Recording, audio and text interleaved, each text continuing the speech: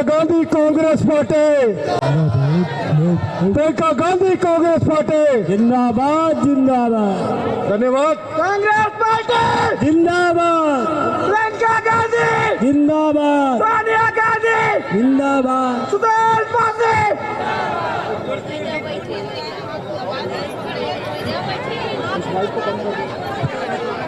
अब मैं गुजारिश करूंगा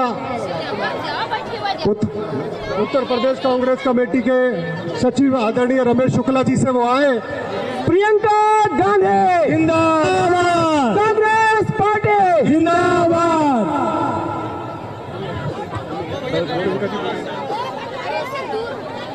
सम्मानित साथियों,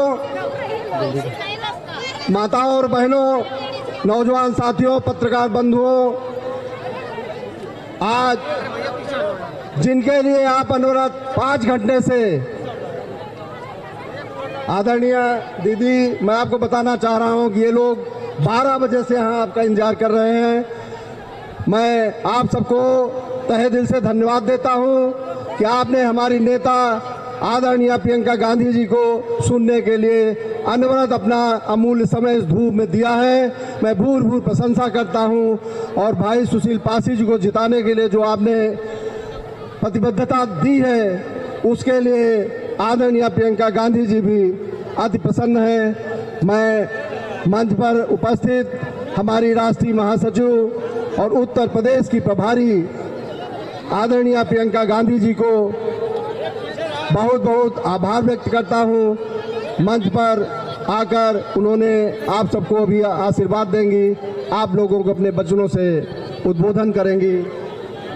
आदरणीय माननीय सोनिया जी के प्रतिनिधि आदरणीय किशोरीलाल शर्मा जी, हमारे मंचासीन भाई सुशील पासी जी, जिनके लिए आप लोगों ने, आप सब ने यहाँ अनवरत धूप में बैठकर समय दिया है, मैं उनका भी मंच पर हार्दिक स्वागत करता हूँ। प्रभारी भाई अजीत जी, सम्मानित मंच कोऑर्डिनेटर भाई मनोज जी, और बहुत सारे हमारे साथी जो मंच के नीचे उपस्थित हैं, मैं उनको भी हार्दिक धन्यवाद देता हूं, बधाई देता हूं, वंदन और अभिनंदन करता हूं। आदरणीय प्रियंका जी ने सुशील पासी जी के ऊपर विश्वास किया है। मैं कुछ न बोल के मैं अपना समय आदरणीय अपनी नेता को दूंगा, लेकिन एक बात मैं बताना चाहूँगा कि उन्होंने बहुत बड़ा विश्वास किया है बछावा विधानसभा की जनता के ऊपर।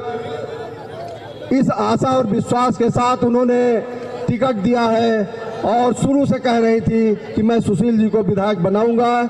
उनकी हार्दिक इच्छा है कि बछावा में कांग्रेस का विधायक बने, और आप लोगों की बदौलत उन्होंने भरोसा किया है। तो मैं आप सब से, अपनी माताओं और बहनों से, नौजवान साथियों से, बुजुर्गों से, सबसे आशीर्वाद की कामना करता हूं कि एक बार सुशील पासी जी को विधायक बनाकर आदरणीय हमारी नेता और आपके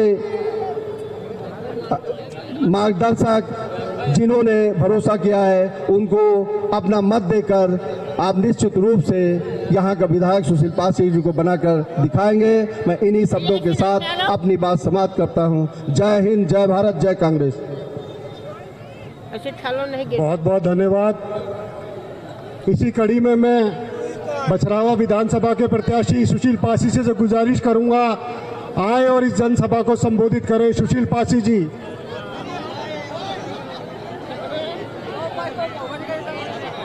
सुशील जी आए, उससे पहले गुजारिश करूंगा, रायबरेली जिला कांग्रेस कमेटी के अध्यक्ष पंकज तिवारी जी हमारे बीच में आ गए हैं, वो अपनी बात रखें। धन्यवाद। धन्यवाद भाई मनोज जी। आज बछरावा विधानसभा में उपस्थित हमारी राष्ट्रीय महासचिव आदरणीय श्रीमती प्रियंका गांधी जी और इस बछरावा विधानसभा के प्रत्याशी श्री सुशील पासी जी और हमारे सांसद प्रतिनिधि आदरणीय श्री के एल शर्मा जी और इस विधानसभा के प्रभारी अजीत सिंह जी और हमारे तमाम साथियों आदरणीय रमेश शुक्ला जी, सभी का हम जिला कांग्रेस कमेटी की ओर से स्वागत करते हैं और सामने बैठी हुई सारी जनता को हम जिला कांग्रेस कमेटी की ओर से हार्दिक अभिनंदन करते हैं। आदरणीय श्रीमती प्रियंका गांधी जी आई हुई है आप सबको इस भाजपा की सरकार की नाकामियों के बारे में बताएंगी कि कैसे उन्होंने संघर्ष किया है अन्याय के खिलाफ, गरीब शोषित समाज के खिलाफ। अभी आपके सामने सब बताएंगी आदरणीय श्रीमती प्रियंका गांधी जी। धन्यवाद पंकज तिवारी जी। इसी कड़ी में मैं गुजारिश करूंगा सुशील पासी जी से वो आए और बछरावा विधानसभा की इस जनसमूह को संबोधित करें।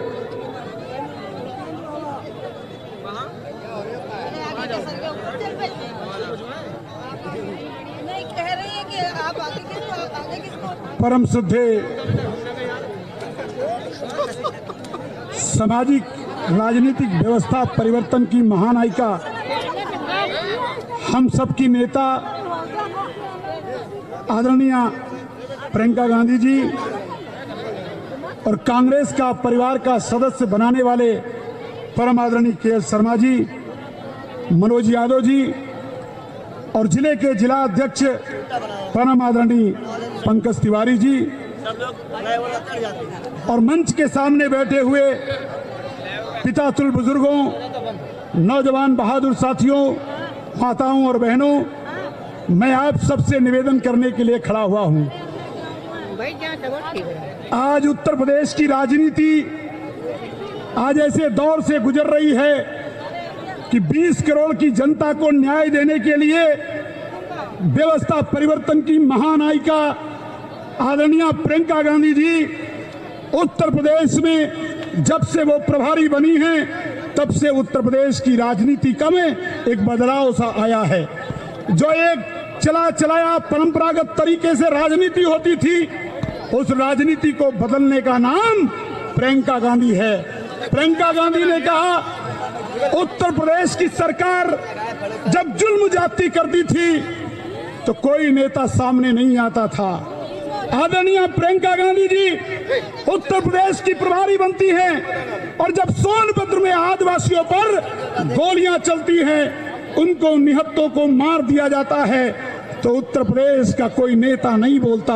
उसमें हमारी महानायिका आदरणीय प्रियंका गांधी जी उन आदिवासियों को न्याय दिलाने के लिए उस सोनभद्र में पहुंचने का काम करती है। जब किसी बेटी को जला दिया जाता है, उन्नाव की बेटी को न्याय दिलाने की बारी आती है, तो हमारी नेता प्रियंका गांधी पहुंच जाती हैं। और यहां तक जब लखीमपुर खीरी में किसानों पर गोलियां चलती है तो उत्तर प्रदेश का कोई नेता नहीं बोलता। हमारी नेता उन किसानों से मिलने के लिए जैसे ही लखीमपुर जाती है, ये क्रूर और निकम्मी सरकार हमारी नेता को 3 दिन तक जेल में रखती है। और आज मैं उत्तर प्रदेश की सरकार के सामने में कहना चाहता हूं, उत्तर प्रदेश की जनता तय करेगी ये राजनीति किस दिशा में जाएगी। मैं आपसे कहना चाहता हूं, एक तरफ 20 करोड़ की जनता है, एक तरफ 1200 नेता हैं जो पूरे उत्तर प्रदेश में बारी बारी से पार्टी में जाते हैं। और बड़े बड़े नेता, बड़ी बड़ी पार्टियां उन 1200 नेताओं के चंगुल में फंसे रहते हैं। सरकार बनती है, सरकार के खजाने का पैसा लूटा जाता है, नेता माला माल हो जाता है, पार्टी माला माल हो जाती है, लेकिन उत्तर प्रदेश की जनता को न्याय नहीं मिलता है।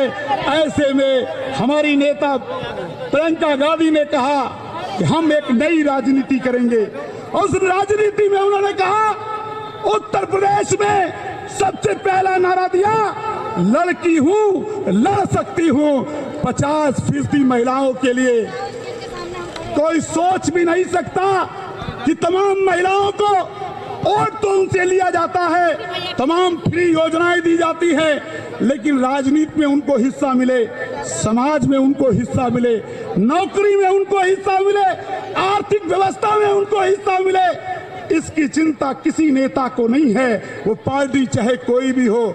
मैं आपसे पूछना चाहता हूं, एक और नई राजनीति किया कि सामाजिक राजनीतिक व्यवस्था में संघर्ष करने वाले तमाम नौजवानों को उत्तर प्रदेश में पहली बार मौका देने का काम किया।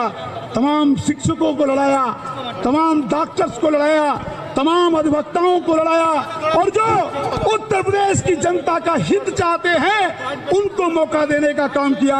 और मैं आज इस मंच के माध्यम से अपनी नेता के चरणों में वंदन करते हुए मैं भी आज आप मंच की अदालत के सामने कह रहा हूं, इस 22 साल के संघर्ष के बाद हमारी नेता ने न केवल मुझे न्याय दिया बल्कि मुझे आशीर्वाद देने का काम किया। इसलिए मैं आपसे कहना चाहता हूं, 22 साल पहले हमने अपनी सरकारी नौकरी छोड़ दी इस बछरावा को सजाने के लिए।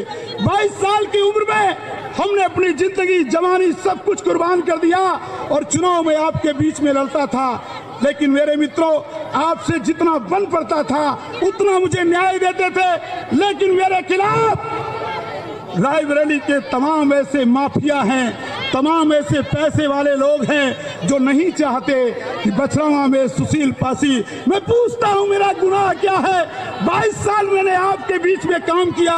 अगर कोई भी मतदाता कह देगा, किसी भी पार्टी का कह देगा, प्रबुद्ध समाज देवतुल्य सबके चरणों में वंदन करते हुए मैं न्याय मांग रहा हूं, मैं आपसे आशीर्वाद मांग रहा हूं। अगर मैंने कभी किसी के साथ आहित किया हो, हमने कभी किसी के साथ अन्याय किया हो, हमने कभी किसी का बुरा चाहा हो, तो आप हमको सजा दे सकते हैं। मैं आपसे पूछना चाहता हूं, अगर बारी बारी से आप बाहर वालों को मौका दे सकते हो, तमाम तरह के लोगों को विधायक बना सकते हो, तो क्या 22 साल बाद जिसको आदरणीय प्रियंका गांधी ने न्याय दिया, जिनको आशीर्वाद दिया, तो मैं जनता की अदालत में हाथ जोड़ करके आपसे भीख मांग रहा हूं, क्या सुशील पासी को आप 2022 में न्याय नहीं दे सकते?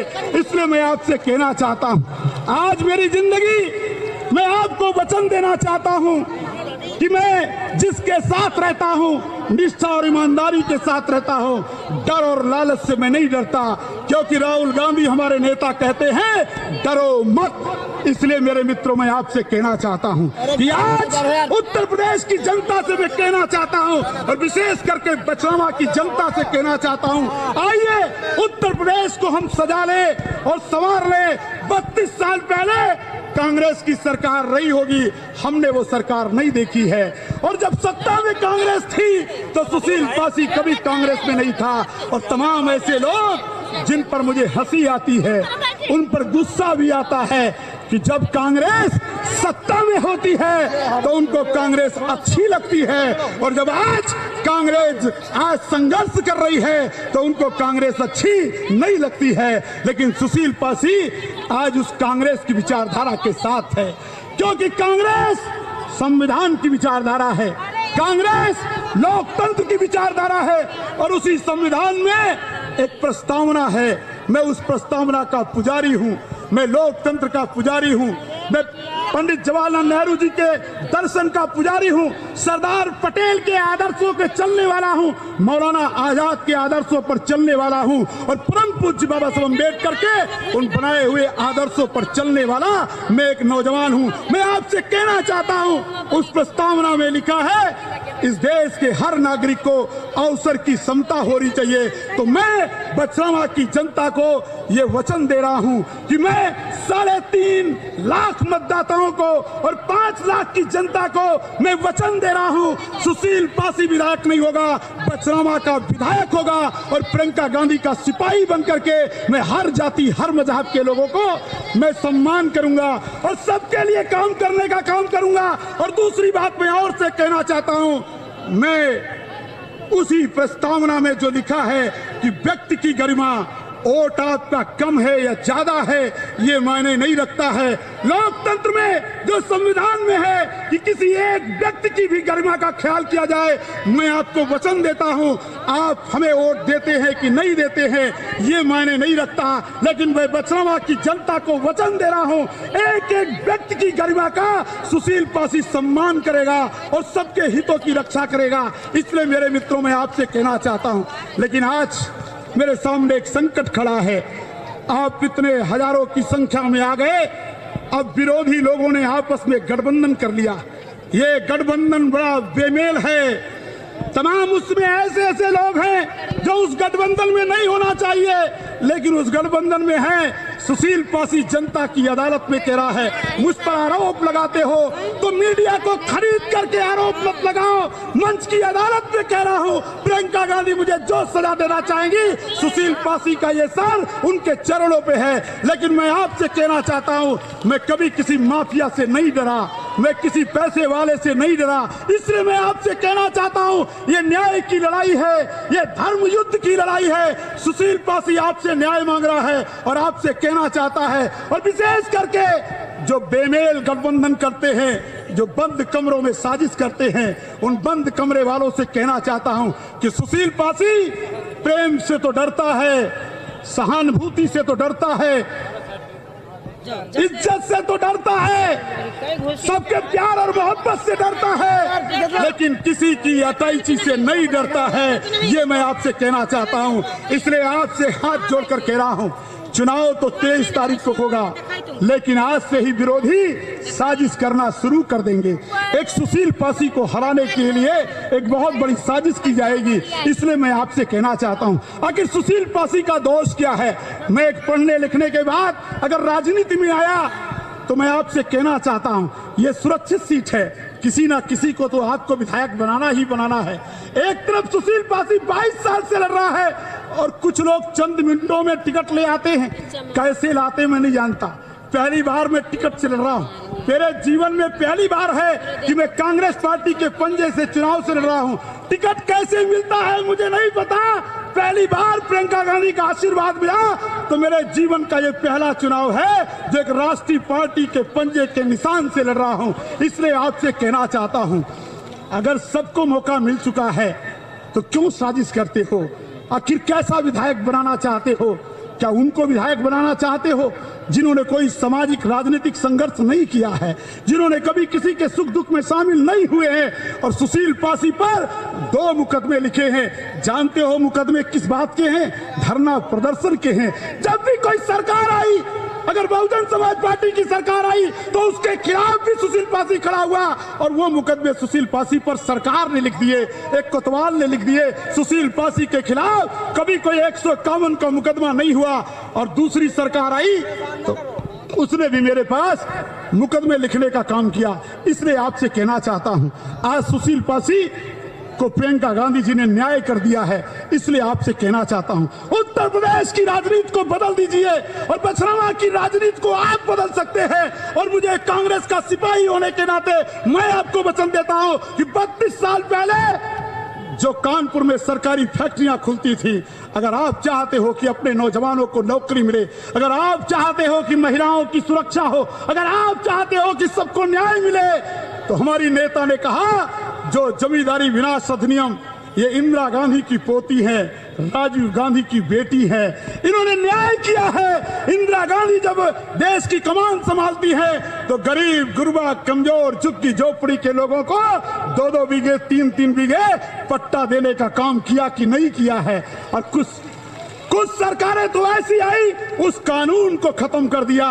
और हमारी नेता ने कहा है, अपने घोषणा पत्र में जारी किया है कि अब किसी की झोपड़ी हटाई नहीं जाएगी, उसको जमीन का पक्का मकान दिया जाएगा और जमीन का मालिक बनाया जाएगा। इसलिए आपसे कहने आया हूं कि हमने हर जाति हर मजहब के लोगों का, और हमारी नेता ने हमारे साथ अगर न्याय किया है तो मैं आपसे कहना चाहता हूं, बहुत सारी घोषणाएं हमारी नेता ने करने का काम किया, बड़ी धृष्टता की है। नेता के सामने इतना नहीं बोलना चाहिए, लेकिन मैं पहली बार आदरणीय शर्मा जी के आदेश का पालन मैंने किया है। मैं क्षमा चाहता हूं अगर मेरे से कोई भूल हुई हो। केवल एक ही बात कह रहा हूं कि 23 तारीख तीसरा खाना पंजे पर है बटन दबाना, पंजे पर है बटन दबाना।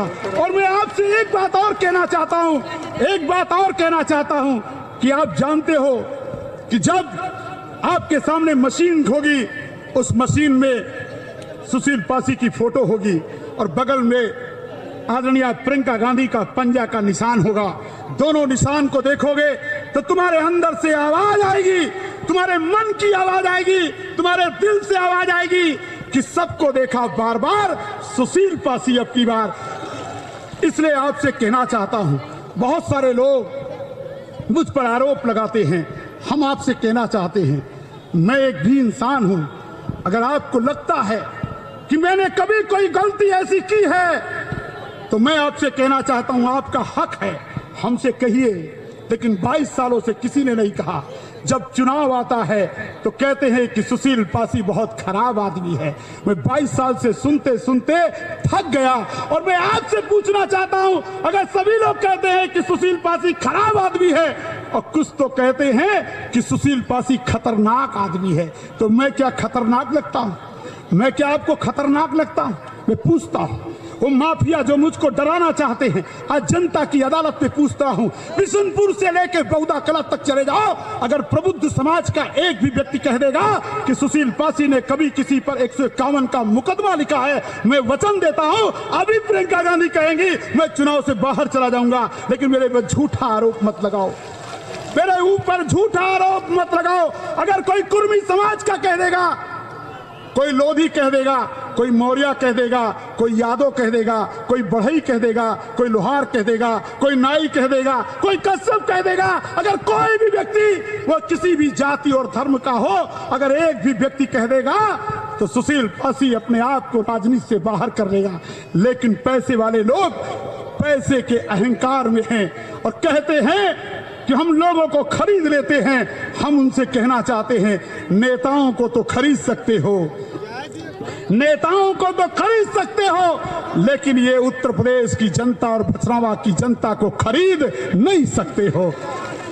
आपके पास जो अकूत संपत्ति है, उस संपत्ति से आप बड़े बड़े नेताओं को खरीद सकते हो, लेकिन सुशील पासी जैसे तमाम छोटे छोटे कार्यकर्ता जो बछरावा क्षेत्र का अमन चैन चाहते हैं, उनको आप खरीद नहीं सकते हो। ये मैं आपको वचन देता हूं। और दूसरी बात, मैं आपको एक वचन और देता हूं।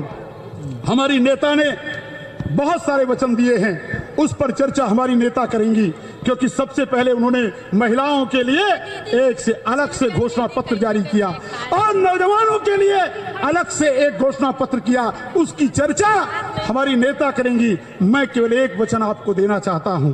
सबसे पहला वचन देना चाहता हूं, जैसे आज आप मेरे सुख दुख में खड़े हो, भूखे प्यासे खड़े हो, सुशील पासी आपको वचन देता है, जैसे 22 साल सुख दुख में मैं खड़ा रहा, वैसे ही विधायक बनने के बाद मैं आप सबके सुख दुख में खड़ा रहूंगा और आपके घर घर में जाकर के आपकी समस्याओं को हल करने के लिए गांव गांव गली गली में घूमता रहूंगा। ये मैं आपको वचन देना चाहता हूं।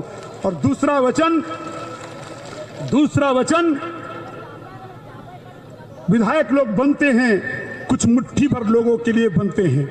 हम ऐसा नहीं कह रहे हैं कि हमारे पूर्व विधायकों ने इस क्षेत्र में काम नहीं किया है, हम उनका भी सम्मान करते हैं। जब जिसका समय आता है वो उस क्षेत्र को संवारता है। हम अपने सभी पूर्व विधायकों का भी सम्मान करते हैं, अपनी अपनी शैली होती है। लेकिन मैं कहना चाहता हूं कि सुशील पासी शिक्षा और चिकित्सा के क्षेत्र में एक परिवर्तन, एक क्रांतिकारी कदम रखना चाहता है और विधायक बनने से बाद एक ऐसा कार्यालय बनाऊंगा कि क्षेत्र की कोई समस्या होगी आपको विधायक ढूंढना नहीं पड़ेगा और हमारे तीनों ब्लॉक में सुशील पासी और विधायक के कार्यालय होंगे, जहां पर आप अपनी एप्लीकेशन दे दोगे। और मैं वचन देता हूं, सुशील पासी की कलम मिलते ही सरकार से सुशील पासी कभी नहीं डरा। मैं तो सरकार में कभी था ही नहीं, जब विधायक बना नहीं, सरकार में रहा नहीं, सत्ता में जानता नहीं। केवल आप सुशील पासी को तो संसदीय निर्माण में सुशील पासी आपको वचन देता है, उसी कलम की ताकत से मैं आपको वचन देता हूं, आपके जितने भी अधूरे काम हैं उनको मैं करने का वचन देता हूं। और आखिरी बात मैं आपसे कहता हूं, कभी किसी का अहित न मैं किया हूं न मैं करूंगा। इन्हीं शब्दों के साथ मैं पुनः आप सबको प्रणाम करते हुए, क्योंकि मैं आप सबसे कहना चाहता हूं, क्योंकि आदरणीय प्रियंका गांधी जी उत्तर प्रदेश में जब से आती हैं, उन्होंने सबसे पहला काम किया कि लोग बंद कमरे में घोषणा पत्र बनाते हैं, लोग गठबंधन पार्टियों से करते हैं। हमारी नेता ने कहा गठबंधन हम जनता से करेंगे। किसानों से गठबंधन किया, नौजवानों से गठबंधन किया, दलितों से गठबंधन किया, पिछड़ों से गठबंधन किया और जो फुटपाथ पर काम करने वाले लोग हैं उनसे गठबंधन किया। तो मैं आपसे कहना चाहता हूं और आपसे उम्मीद करता हूं कि आप सब लोग 23 तारीख को जब आपके सामने मशीन होगी, उस मशीन में आप बटन दबाओगे तो मशीन बोलेगी टी, और जैसे ही बगल में वीवीपैट होगा उसमें पर्ची निकलेगी कांग्रेस की। समझ लेना कि तुमने प्रियंका गांधी को वोट दे दिया, सुशील पासी, केएल शर्मा और राहुल गांधी को वोट दे दिया। तुम्हारा काम खत्म और सुशील पासी का काम शुरू हो जाएगा। बहुत बहुत धन्यवाद। जय हिंद, जय कांग्रेस। बहुत बहुत धन्यवाद सुशील पासी जी।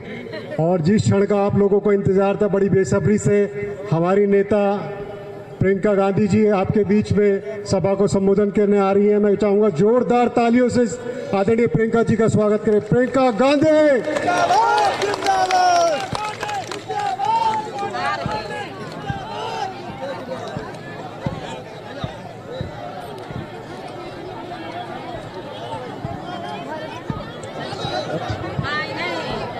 बहनों और भाइयों, आप बहुत समय से इंतजार कर रहे हैं। मुझे मालूम है कि मेरी बहनों को घर भी जाना है, खाना पकाना है और काम करने घर के लिए, इसीलिए मैं कुछ बातें आपसे जल्दी जल्दी कर लेती हूँ। श्री सुशील पासी जी, श्री किशोरीलाल शर्मा जी, श्री अजीत सिंह जी, श्री अमर सिंह चौधरी जी, श्री पलटू पासी जी, श्री साहेब सरन पासी जी, श्री पंकज तिवारी जी, श्री रमेश शुक्ला जी, श्री निर्मल शुक्ला जी, श्री मनोज यादव जी और कांग्रेस पार्टी के तमाम पदाधिकारी कार्यकर्ता जो यहाँ मौजूद हैं, उन सबको बहुत बहुत स्वागत इस सभा में। मेरी भाइयों, मेरी बहनों, मेरे भाइयों, आपका भी बहुत बहुत स्वागत। देखिए, चुनाव का समय है। आपके सामने हर दल, हर पार्टी के नेता आते हैं। कुछ दिल्ली से भी आते हैं, कुछ रायबरेली से हैं, कुछ मुख्यमंत्री भी आते हैं। बाहर से तमाम जगहों से आकर आपके सामने प्रचार करते हैं। आते हैं कि नहीं? अब देखिए, सब आके अपनी बात आपके सामने रखते हैं। मैं भी उन्हीं की तरह कुछ बातों को आपके सामने रखूंगी और मुझे आशा है कि आप एकदम ध्यान से, समझदारी से सुनेंगे और उनको समझने की कोशिश करेंगे। देखिए, प्रदेश में, देश में आज दो तरह की राजनीति चल रही है। एक ऐसी राजनीति चल रही है जो जनता के सामने जो मुद्दे रखती है उससे जनता का कोई मतलब नहीं है। ये राजनीतिक दल जो धर्म, जाति, सांप्रदायिकता के आधार पर आपसे वोट लेने के लिए आपके सामने आते हैं, वो एक तरह की राजनीति चला रहे हैं। वो राजनीति क्या है? वो ये है कि उनको मालूम है कि 5 सालों में आपके सामने आएंगे। बसपा की राजनीति देखिए, बसपा के नेता जानते हैं जाति की बात करेंगे तो वोट उनको जाति के आधार पर मिल जाएंगे। समाजवादी दल के नेता जानते हैं कि अगर धर्म और जाति की बात करेंगे तो वोट उनको मिल जाएंगे। भाजपा के नेता जानते हैं कि अगर धर्म के आधार पर आपके जज्बातों को वो उभारेंगे, ध्रुवीकरण कराएंगे तो उनकी नैया पार हो जाएगी। और ये सब जो राजनीतिक दल हैं, ये क्या करने की कोशिश कर रहे हैं? क्या इनकी बातों से जो मुद्दे ये उठाते हैं, कोई पाकिस्तान की बात करता है, कोई बुलडोजर चलाने की बात करता है, कोई कहता है कि आप बहुत असुरक्षित हैं, कोई कहता है कि हम किसी की चर्बी निकालेंगे, कोई कहता है कि किसी की गर्मी निकालेंगे। कहते हैं ना, मैं आपसे पूछना चाहती हूँ, इन बातों से क्या आपका पेट भरेगा? इन बातों से आपकी तरक्की होगी? अरे इन बातों से आपका मतलब ही क्या है? कहाँ कुछ हो रहा है, कहीं दूर किसी और देश में क्या क्या बातें हो रही हैं, इनसे आपका मतलब क्या है? आज आपकी परिस्थिति क्या है आप जानते हैं बहुत अच्छी तरह से। आप बहुत समस्याओं से जूझ रहे हैं, लेकिन नेता बातें क्या कर रहे हैं? क्या आपकी समस्याओं की बात कर रहे हैं? क्या नेता यहाँ आके पूछ रहे हैं कि मेरी बहनें महंगाई का सामना कैसे कर रही हैं? क्या इनके नेता आके पूछ रहे हैं कि किसानों के कितने कर्ज हैं, छुट्टा जानवर खेत खाए जा रहा है, उसको कैसे हल करें उस समस्या को? क्या नौजवानों से ये नेता पूछ रहे हैं कि भाई तुम्हें रोजगार कैसे दें? उठा ही नहीं रहे हैं ये मुद्दे, क्योंकि ये चाहते हैं, ऐसी राजनीति चाहती है कि आप गरीब रहें, ऐसी राजनीति चाहती है कि आपके जज्बातों को उभार कर वो खुद आगे बढ़ेंगे। ये राजनीति आपके विकास के लिए नहीं है, नेताओं के विकास के लिए है, कुछ राजनीतिक दलों के विकास के लिए है। ये ऐसी राजनीति है जिससे ये अपनी महत्वाकांक्षाओं को, अपनी इच्छाओं को, अपने विकास को आगे बढ़ा सकते हैं। इसमें पब्लिक की कोई सुनवाई नहीं है, इसमें आपकी कोई सुनवाई नहीं है। एक दूसरी राजनीति है जिसकी बात हम लगातार कर रहे हैं। हम कह रहे हैं कि जब तक आपका विकास नहीं होगा, जब तक आप आत्मनिर्भर नहीं होगे, जब तक आप अपने पैरों पर नहीं खड़े नहीं होगे, तब तक ये देश आगे बढ़ नहीं सकता, तब तक इस प्रदेश का विकास नहीं होगा। हम कह रहे हैं कि चुनाव के समय आपके मुद्दों की चर्चा होनी चाहिए। हम कह रहे हैं कि आपकी सेवा से बड़ा कोई धर्म नहीं है, कोई धर्म नहीं है। जो धर्म की बातें करते हैं, आपको लड़ाने की बातें करते हैं, सबसे पहले उन्हें सेवा का धर्म निभाना चाहिए। सबसे बड़ा धर्म एक नेता का सेवा होता है, उस धर्म को नहीं निभा रहे हैं। आज आपकी परिस्थितियां क्या है, मैं पूछ सकती हूँ आपसे, मेरी बहनें, गैस सिलेंडर आपको कितने रुपए का मिलता है? 1000 रुपए का खरीद पाती हैं, भर पाती हैं? मेरे भाई, आज आपकी बिजली बिल कितनी बड़ी बड़ी आती है? बहुत आ रही है ना? आप भर पा रहे हैं? आपको खाद मिल रही है समय पे? नहीं मिल रही। यहाँ जितने नौजवान हैं, पिछले 5 सालों में सरकार ने कितने रोजगार दिए आपको? दिए हैं? नहीं दिए। यहाँ महिलाएं बैठी हैं, आपको कितने रोजगार दिए हैं? आपके सशक्तिकरण की किसने बात की? नहीं की ना। तो मुझे बताइए, परिस्थितियां ये हैं कि महंगाई हद से ज्यादा बढ़ गई है, पेट्रोल डीजल का दाम इतना बढ़ चुका है, आप सामना कर ही नहीं पा रहे हो इस महंगाई का। जितनी दिहाड़ी है, 200 रुपए दिहाड़ी है, 240 रुपए की एक सरसों की तेल की बोतल है, आप खरीद नहीं सकते। एक दिहाड़ी से एक सरसों की तेल की बोतल मिलती है आपको। मेरे किसान भाई हैं, मैं ललितपुर गई, किसान खाद की लाइन में खड़े हुए मर रहे हैं, जान जा रही है उनको, वो लाइन छोड़ने से डर रहे हैं कि लाइन छोड़ दी खाद नहीं मिलेगी। आपको अपने उपज का दाम नहीं मिल रहा, फसल का दाम नहीं मिलता, धान का दाम नहीं मिलता, गेहूं का दाम नहीं मिलता, गन्ने के किसानों को गन्ने का दाम नहीं मिलता, आपको कर्ज माफ नहीं हो रहे। तो इन परिस्थितियों को बदलने के लिए आप क्या कर रहे हैं? मैं आपसे पूछना चाहती हूँ, क्या कर रहे हैं आप भी बार बार धर्म के नाम पर, जाति के नाम पर आंख मूंद कर वोट दे रहे हैं। आप इस राजनीति को उभार रहे हैं, इसकी सहायता, इसका समर्थन कर रहे हैं। तो कब बदलाव लाएंगे? और बदलाव कौन लाएगा? बदलाव आप लाएंगे। बदलाव आप ऐसे लाएंगे जब आप एकदम समझदारी से, अपने पूरे विवेक से अपना वोट डालेंगे। आज अगर आपके यहाँ छुट्टा जानवर की समस्या है, बहुत बड़ी समस्या है, लीजिए हमारे छत्तीसगढ़ के मुख्यमंत्री जी आ गए और एकदम सही समय पे आए हैं, क्योंकि छत्तीसगढ़ में इनसे पूछिए, जब सरकार की नीयत सही होती है तो क्या नहीं हो सकता। छत्तीसगढ़ में जब इनकी सरकार आई, कांग्रेस की सरकार आई, इन्होंने शपथ ली 3 घंटे के अंदर अंदर सारे किसानों के कर्ज माफ होने शुरू हुए। आवारा पशु की समस्या है, छत्तीसगढ़ में इन्होंने उस समस्या को सुलझाया। कैसे? इन्होंने कहा कि जो इन छुट्टे जानवरों की देखभाल करेगा उससे सरकार 2 रुपए किलो में गोबर खरीदेगी। उस गोबर को लेकर उससे गोबर गैस बनाया जाएगा, वर्मी कंपोस्टिंग कराई जाएगी, सरकार के काम आएगी, जनता के काम आएगी। छुट्टा जानवर का देखभाल होगा, जो देखभाल कर रहा है वो कमाई भी कर लेगा।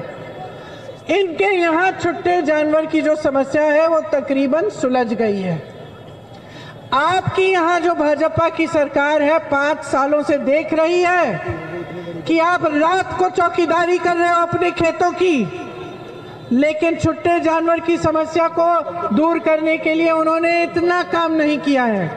एक योजना नहीं बनाई है। इनके गौशालाओं में गाय धूप में खड़ी रहती है, ऊपर छत नहीं है, पीने का पानी नहीं है, चारा नहीं है। मैंने वीडियो देखे हैं, आपने भी देखे होंगे किस तरह से जब गाय के घाव हो जाते हैं तो जंगली कुत्ते उसको काट रहे हैं, ढेर के ढेर जिंदा गाय गाड़ रहे हैं। सारे वीडियो सबने देखे हैं। मैं पूछना चाहती हूँ, कौन सा धर्म निभा रहे हैं? कौन सा धर्म निभा रहे हैं?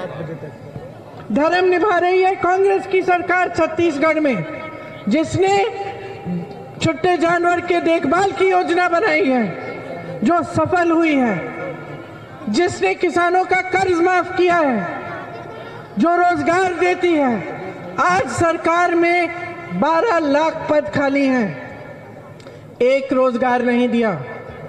12 लाख पद खाली हैं। 5 सालों में इनको उत्तर प्रदेश में 12 लाख बेरोजगार लड़कियां नहीं मिली। मुझे तो हर जगह मिल रही हैं। उठाइए हाथ, कितने बेरोजगार हैं?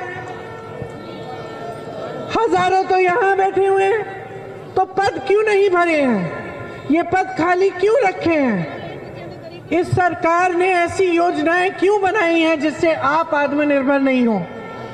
ऐसी योजनाएं बनाई हैं, मैं बताती हूँ। आपको एक बोरा राशन मिलता है कि नहीं? नहीं मिलता, चलो। लेकिन कहीं कहीं ये एक बोरा राशन दे देते हैं, कहीं कहीं ये कहते हैं कि खाता खोलो, थोड़े बहुत हम 1000-2000 रुपए भेज देंगे हर 2-3 महीने। कहीं कह देते हैं कि लो एक गैस सिलेंडर ले लो मुफ्त। यही है इनकी योजनाएं। अब इन योजनाओं को समझो। आपको एक मुफ्त गैस सिलेंडर दिया, उसके बाद आप भर नहीं पाए, उसके बाद आप नया खरीद भी नहीं पाए, ठीक है। दूसरी योजना को समझिए, एक बोरा राशन दे दिया। मैं नहीं कह रही हूं कि ये गलत है, अच्छा है राशन दे रहे हैं, लेकिन आप अपने पैरों पे क्या उस राशन के आधार पर खड़े होंगे? आपको उस बोरे राशन पर निर्भर क्यों बना रहे हैं? क्यों चाहते हैं कि आपके बच्चे, आप उस एक बोरे राशन के लिए इंतजार करें? क्यों चाहते हैं? सोचिए। जो इनकी योजनाएं हैं, मुफ्त गैस सिलेंडर, राशन, थोड़े बहुत पैसे दे दिए, जिसके लिए आप दिन रात इंतजार करेंगे कि हाँ मुझे राशन का बोरा मिलेगा, उसी से आप खुश हो जाएंगे। ये सिर्फ वोट लेने की योजनाएं हैं। ये सिर्फ आपको गरीब रखने की योजनाएं हैं, आपके भविष्य की योजनाएं नहीं हैं। इससे आप अपने पैरों पे कभी खड़े नहीं हो सकते। आप हमेशा के लिए निर्भर रहेंगे उन पर। यही चाहते हैं। ये आपको सशक्त नहीं बनाना चाहते, आपको अपने पैरों पर खड़ा नहीं करना चाहते, क्योंकि जिस दिन आप सशक्त हो जाएंगे, आपको रोजगार मिल जाएगा, आप आत्मनिर्भर बनेंगे, आप सशक्त बनेंगे, उस दिन आप सवाल उठाना शुरू करेंगे। उस दिन ये तमाम नौजवान जो आज आवारा घूम रहे हैं, उनके अंदर वो गुस्सा नहीं होगा जिसका इस्तेमाल ये सरकार करती है, जिसका इस्तेमाल एक ऐसी राजनीति करती है जो आपके जज्बातों को चुनाव के समय धर्म और जाति के आधार पर उभार कर वोट लेती है आपसे। आप जब सक्षम हो जाएंगे, तो कोई आपकी सुरक्षा की बात इसलिए नहीं करेगा क्योंकि आप अपनी सुरक्षा खुद करेंगे। जब आप रोजगार पाएंगे, जब आप कमाएंगे, तो आप अपना सम्मान खुद करेंगे, इनकी जरूरत नहीं पड़ेगी। आज ये सुरक्षा, सम्मान, धर्म की बात क्यों करते हैं? क्योंकि विकास की बात करने की हिम्मत नहीं है।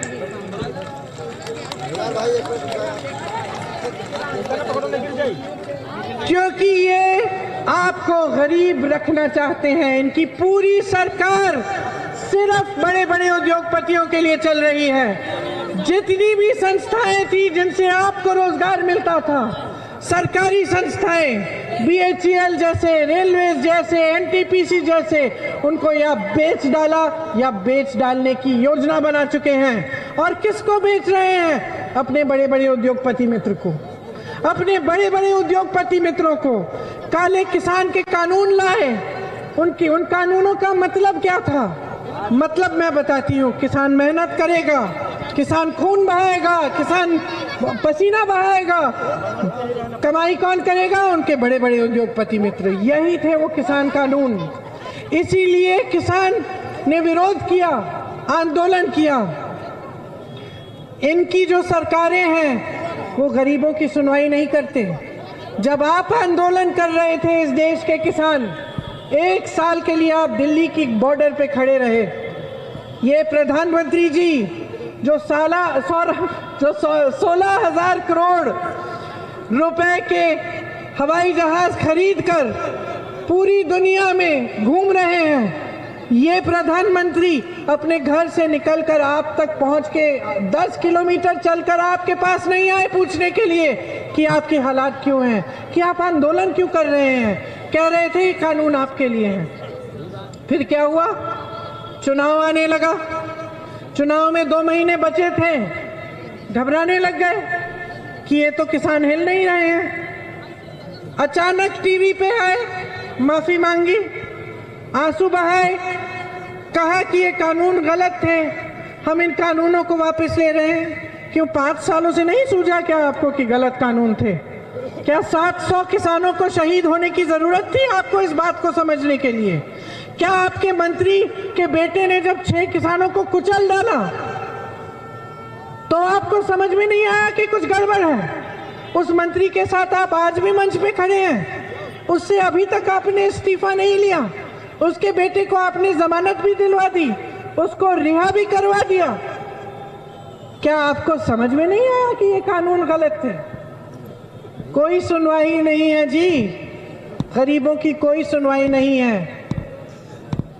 प्रयागराज में एक पासी परिवार की हत्या हो गई।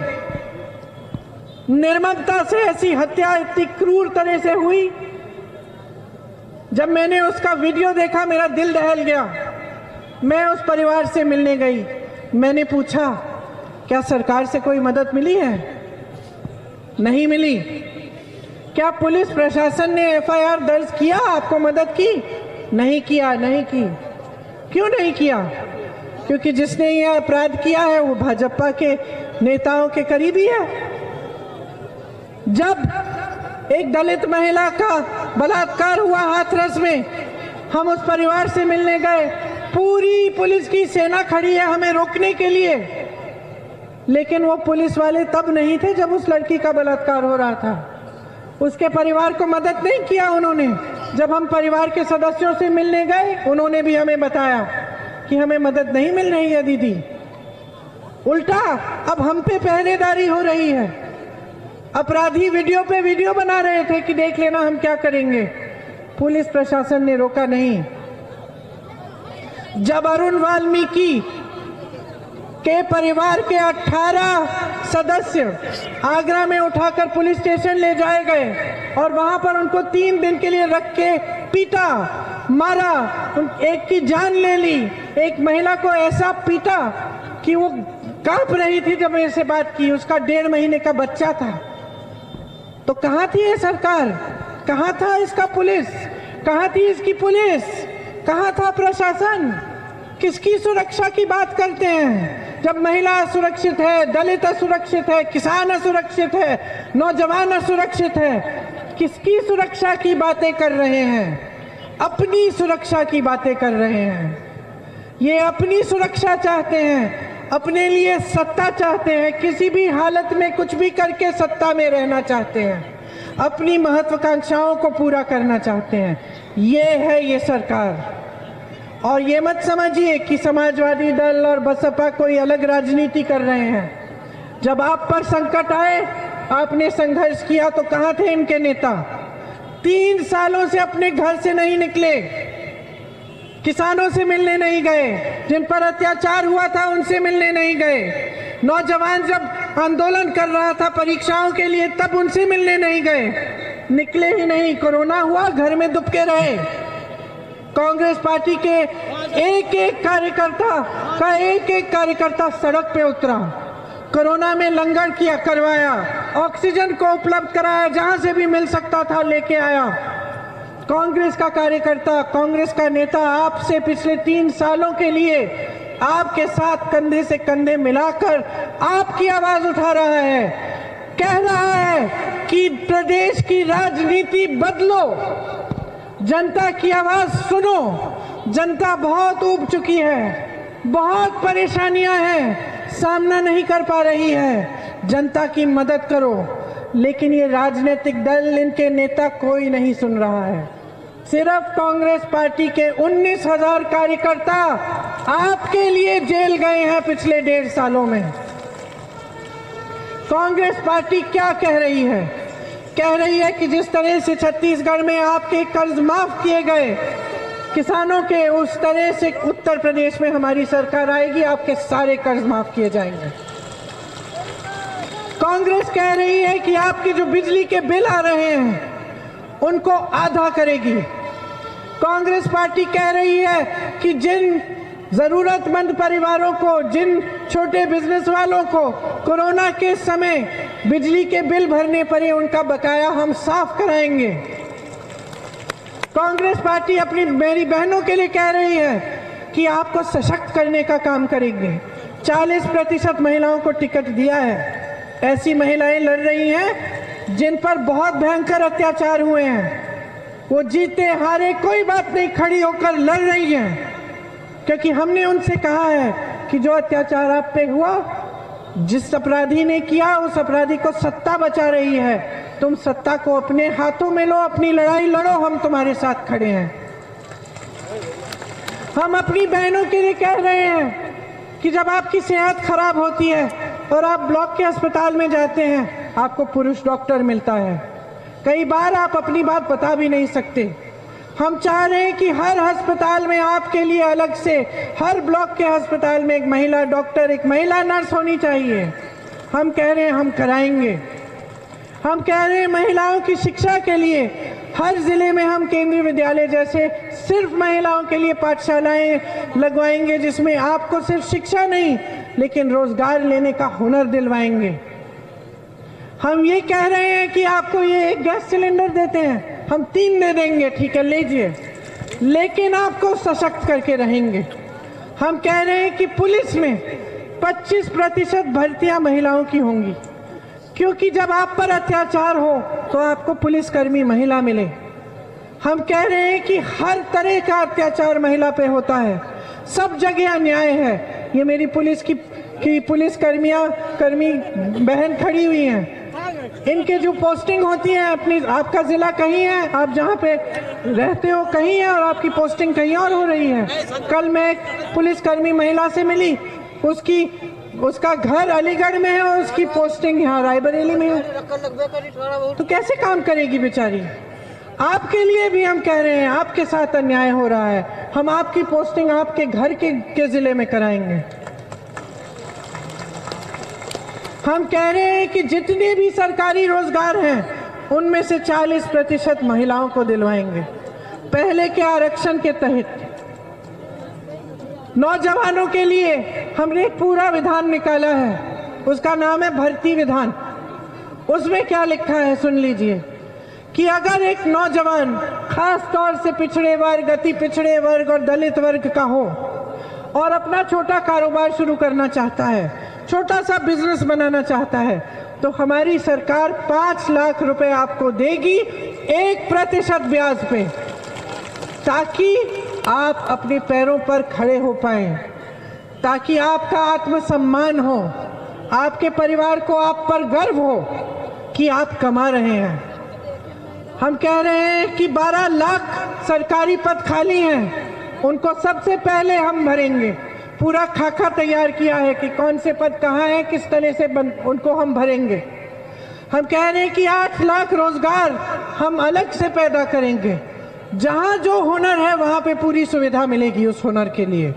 मुरादाबाद में पीतल का हुनर है, मिसाल के तौर पर हम कह रहे हैं कि मुरादाबाद में जो पीतल का काम करना चाहता है, जो नौजवान एक छोटा सा पीतल का बिजनेस शुरू करना चाहता है या कोई कर रहा है, उसके लिए हम पूरी सुविधाएं उपलब्ध करेंगे।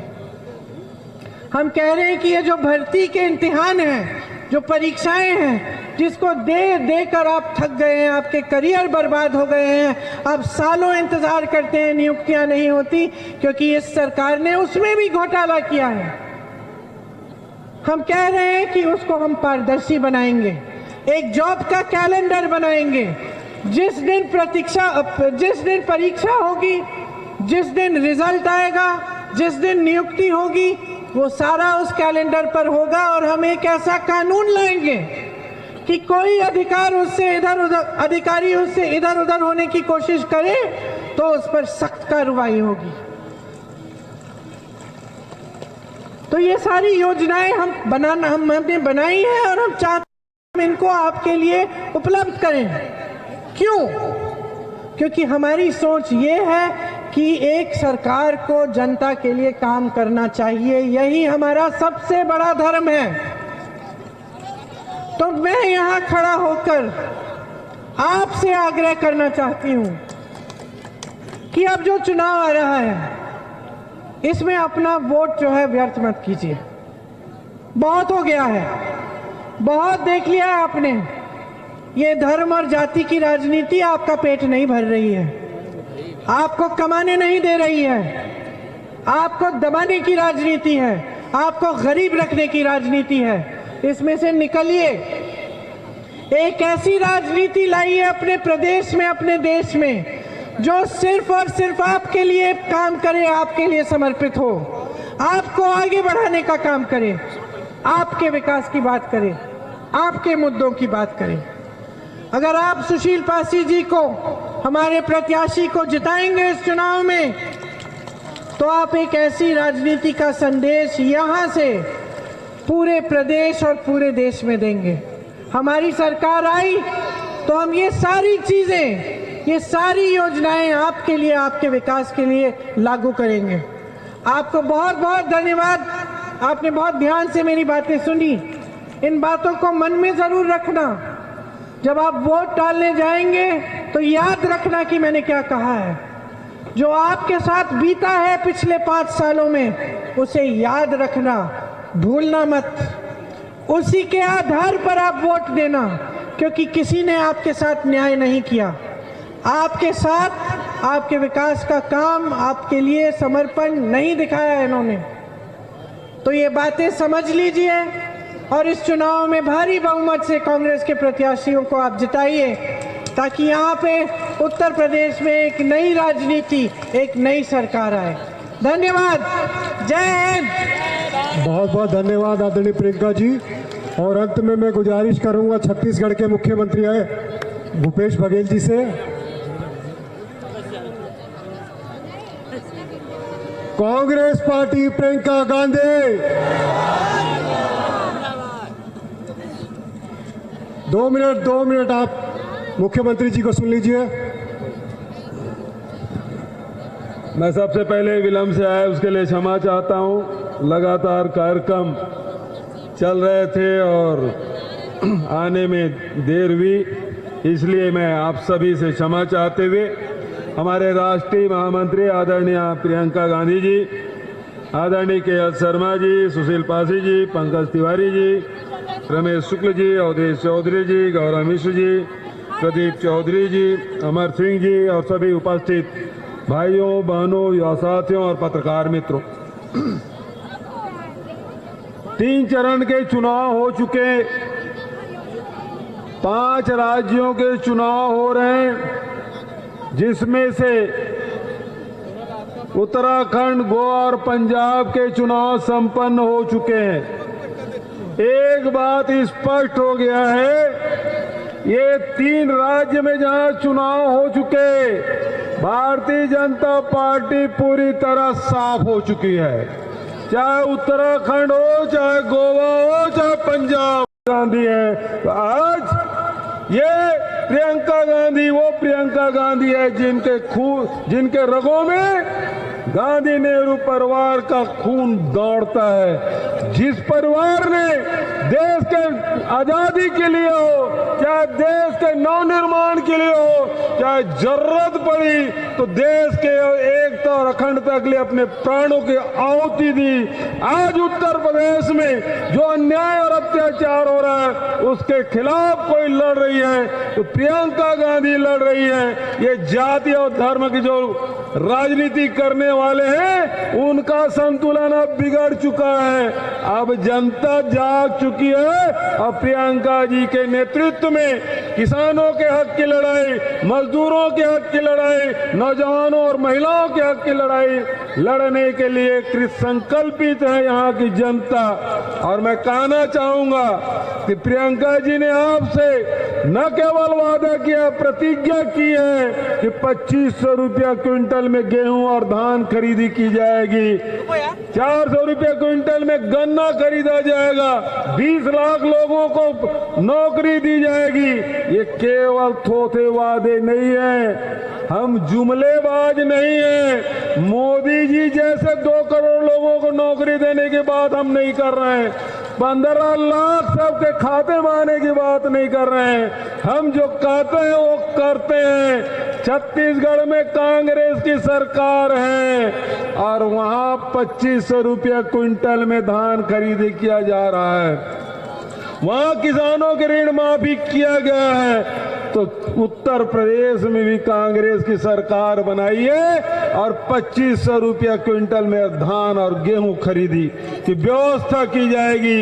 ये जब छत्तीसगढ़ में हो सकता है तो यहां भी हो सकता है। वहां तो छोटा राज्य है, 2,80,000 लोगों को सरकारी नौकरी हमने दे दी है 3 वर्षों में, तो ये तो हमसे 8 गुना बड़ा राज्य है। यदि प्रियंका जी ने 20 लाख लोगों को नौकरी देने की बात कही है, जब छत्तीसगढ़ में हो सकता है तो यहाँ भी हो सकता है।